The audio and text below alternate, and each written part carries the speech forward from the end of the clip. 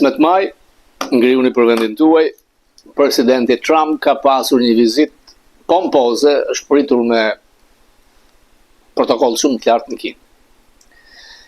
Mbas sulmeve që nga Bashkimi Evropian ndaj autokratit, diktatorit, Palloshit, Surelit nga Bashkimi Evropian, pra, ka pasur përsëri shkrime në median e djathtë amerikane, duke cilësuar si narkoshtet, duke krahasuar me Norvegën, përsëri duke krahasuar me Erdogan. Nuk e di në qoftë se Departamenti Amerikan i Shtetit dhe kanë konsiderat Washington Examiner, por në median e djathtë është një nga gazetat dikushme që është sot si revistë mujore dhe ka portalin e saj. Sa herë që sulmohet Rama, është diçka, një këmbane madhe për të nxitur forcat opozitare, për të dhënë fundit një figurë të urryer anti-shqiptare, dhe skandali kur disa zhgarravina televizive marrin mbrojtje duke synuar trupin gjykues publik dhe jo atë real. Në çdo vend të botës, gjykata e lartë e Shqipërisë gjykata e lartë do të ishte vëndëzjarri, nëse do të mbronte të korruptuarit si shnoftë në Shqipëri. Akshi është gropa e urave të zeza të Ramës. Dhe t'i japësh binjor nga licencat, nga valet e emitimit që licencohen nga shteti është e turpshme. Vila pa fund, pallate, miliona, miliarda dollarë të vjetë. Dhe bufoni i Surelit, Palloshi i Lubis, nuk është më kryeministër. Kryeministër është Lubia. Madje edhe linda e Akshit është në rang të lartë kontrolli lidhur me krimin. Natyrisht që vëmendjen e Shqipërisë ka rënë lufta në Iran, vizita e madhe e presidentit Trump. Çfarë arriti? Tha që unë kam nevojë të kërkoj ndihmë për Iranin, por del që kanë biseduar për Iranin, Kina ka rënë dakord që të mos tërçojë armatime dhe të mos ketë tolle pagesa në Hormuz. Kina do të blej naftë crudo nga Amerika. A është ky lajm i mirë? Jo, do të të çmimi për ne. Megjithatë, Trump me vete kishte oligarkët, miliarderët. Ata do të përfitojnë. Kina nuk do të blej 500 avion Boeing, por 200. Ka shprehur ka dishmëri që të blej soj, po blen 1.3, 1.7 milion ton, në kohën e Obamas ka qenë 23 milion deri në 32 milion. Dhe do të hap dyert për bizneset amerikane. Kështu u tha. Për herë të parë është folur në një deklaratë zyrtare që ndrimi që kanë kinezët për Tajvanin, dhe duket sikur ai e ka kërcënuar Trump, por Trump nuk është përgjigjur Rubio që ne nuk ndryshojmë. Amerika do ta mbështesë. Janë 11 miliard dollar blerje armatimesh nga Tajvani të paguara, por Trump i ka nisur. Natyrisht, ajo që hodhi kryetari i Partisë Komuniste Kineze ishte Gracka e Tucididit. Tucididi është historian grek, kur ka qenë Sparta e madhe për Amerika dhe Athina që po dilte Kina. Dhe kur një fuqi e re në rritje kërkon të dalë dhe të anashkaloj fuqinë ekzistuese, pra anasakoj Spartën sot Amerikën, do të ketë konflikte. Nuk e kërcënon dot Kina, Amerikën. Kina është 1.4 miliard, Amerika 350 milion. Ekonomia amerikane është më e madhe. Pra produktiviteti një punëtori amerikan është sa 5 punëtor kinez. Armatimet kineze e treguan që s'janë asgjë. Armatimet që u dërguan në Venezuelë i shkatroi aviacioni amerikan, armatimet e dërguara në Iran. Dhe Kina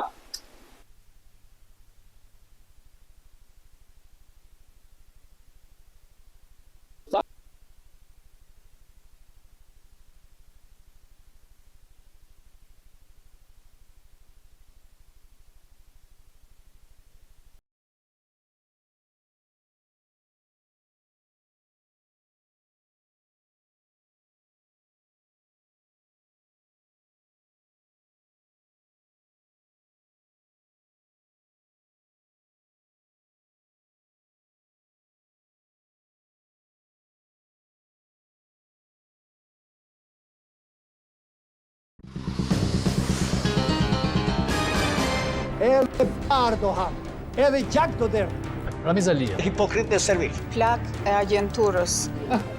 Spunja më e keqe në politikë. Mehmet Shehu ishte një terrorist. Enver Hoxha. Antikomtar. Neve s'bëjmë çuditëra, jemi marksista. Bazament i ekuilibrit moral dhe identitetit shqiptar. Këtu. Enver Hoxha është një jeniçer i stalinizmit. Pranimi i partive të tjera do të thotë dorëzosh çelësat pushtetit popullor. Nexhmia Hoxha. Pjesë e setit të agjenturës. Nexhmi Hoxha është panterëzes. Zonjusha me flokë të thinjura. Baballarët e tyre nuk i vran sot. I kemi vrarë gjatë 40 vjetëve që kanë.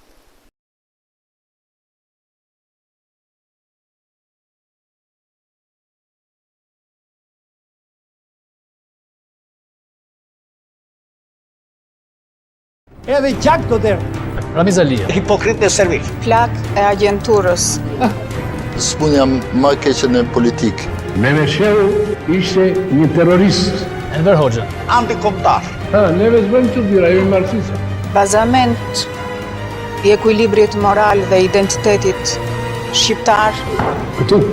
Enver Hoxha është një jeniçer i stalinizmit. Pranimi i partive të tjera do të thotë dorëzosh çelësat pushtetit popullor. Nexhmia Hoxha. Pjesë e setit të agjenturës. Nexhmi Hoxha është panterëzes. Zonjusha me flokë të thinjura.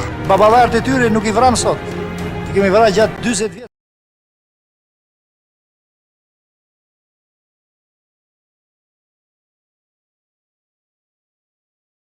Loja dhe njerëz të Ramës këtu janë të përfshirë.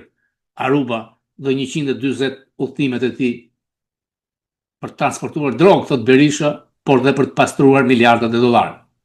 Trump e bëri këtë për të rritur mundësinë e tij ligjore në marrëdhëniet me Meksikën, eksportuesin më të madh të fentanilit në botë. Presidenti është i gatshëm të përdorë forcën ushtarake kundër tregtarëve të drogës, siç e ka parë bota me shkatrimin e anijeve venezueliane. Rama është i friksuar kur i kanë thënë si Noriega, kjo mund ngjas. Veprimi toksor po vjen, do të thoshte Bill O'Reilly. Meksika ka qenë një vend i korruptuar që nga shekulli 20. Kartelet e drogës sundojnë një të tretën e kombit përmes frikës. Në 12 të Ramës, kartelet, trafiqet, korrupsioni kontrollon Shqipërinë. Në Meksik, ata vrasin kundërshtarët dhe familjet e tyre sipas dëshirës. Grupi struktural kriminal i agasit, çfarë ishte? E njëjta gjë, marrin njerëz peng. Qeveria në Mexico City është shumë e dobët. E njëjtë me Ramën, që të përballohen me krimin. Prandaj Amerika do të përballohet me një zgjedhje. Do të lejojnë qindra mijëra amerikanë të vdesin nga droga ose të shkatrojnë strukturën e kartelit. Kaq është. Pra duke shkatruar strukturën e Sinaloës, ke shkatruar Ramën. Nuk ka mundësi tjetër. Fentanili, droga është helm. Është i lirë për të prodhuar, i lehtë për ta futur kontraband. Miliarda dollar rrjedhin nga njerëz të dobët që e blejnë. 100 miliard dollar. Problemi moral është këtu. Amerika është e vendosur ta eliminojë atë dhe ata që përfitojnë prej saj. Rama është nga përfituesit më të mëdhenj të trafiqeve përmes Sinaloës. Dhe pje për Italisë mos pranoj dhurata e të puthet me të, sepse me qindra dhe me mijëra fëmijë të Bashkimit Evropian vdesin nga droga që vjen nga Shqipëria, pasi ka marrë nga Sinaloa me kupolën mbrojtëse të Ramës. Bashkimi Evropian duhet ta kuptojë këtë. Rama është një kancer malign në Ballkan.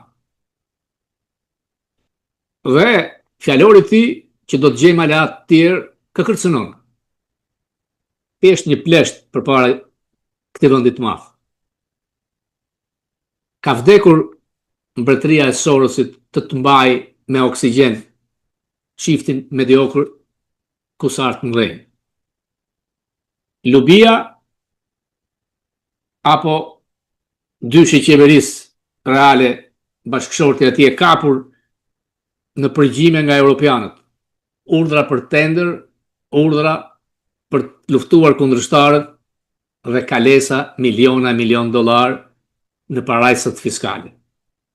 dosjet në Amerikë të jetë masive. SPAK i është afruar Surrelit. Nuk të shpëton Brukseli kur SPAK afrohet e Surreli. Ndaj mendje. Është e thjeshtë. Shkarkoje Lubin të shpëtosh pjesëtarët e familjes të kapur keq. Ky SPAK duket që nuk tërhiqet. Ka ndryshuar gjithçka.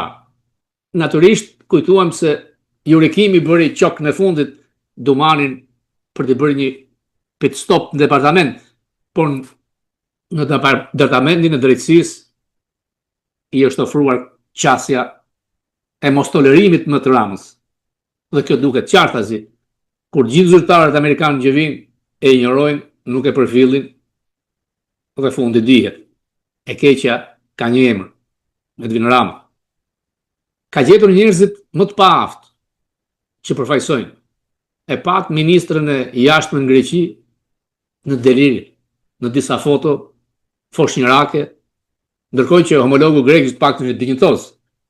Nuk duhet të ketë asnjë takim zyrtari të lartë shqiptar me grekët pa filluar çamëria. As nuk diskutohet. Dhe njëjta gjë, Kosova nga krau tjetër. Por Rama nuk e do Kosovën. Rama, edhe pse hiqet sikur është shqiptar i madh, vajti e veshur si klon të festa e largimit të ambasadores greke. Ambasada shqiptare amerikane ulet dhe pranon dhe dikë që ka vetëm një deputet të takoj, mbase ai do të ketë bërë kërkesa pafund dhe pafund, por Ramën jo.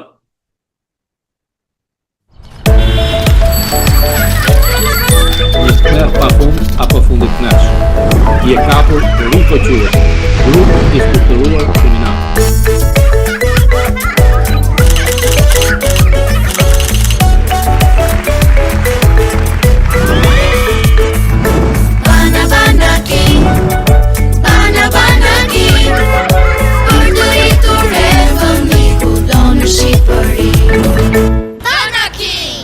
Kudo në Shqipëri.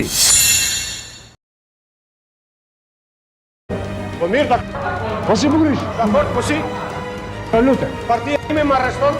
Po partia tënde të arreston se ke më faj.